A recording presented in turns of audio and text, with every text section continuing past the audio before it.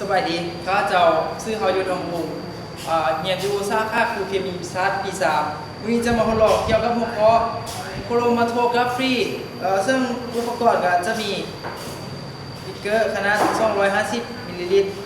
แล้วก็มีชิ้นส่วนของกระดาษ A4 ที่ว่าเขาตัดมาแล้วแล้วก็สีสำหรับอุปกรณ์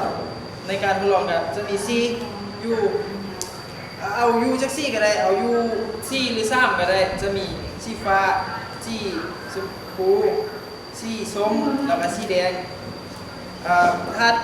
เคมีก็จะมีเอทานอลคือแล้วต่อไปเป็นขั้นตอนปฏิบัติที่1เราจะนำเจียที่ว่าคิดโดยซี3ซีไปติดไว้ในบิ๊กเกอร์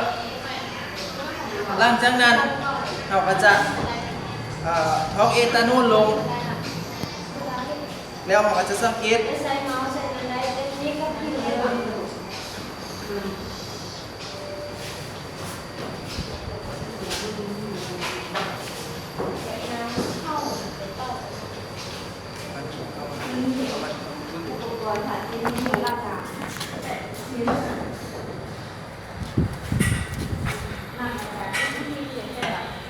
หลังจากนั้นเราก็เห็นสี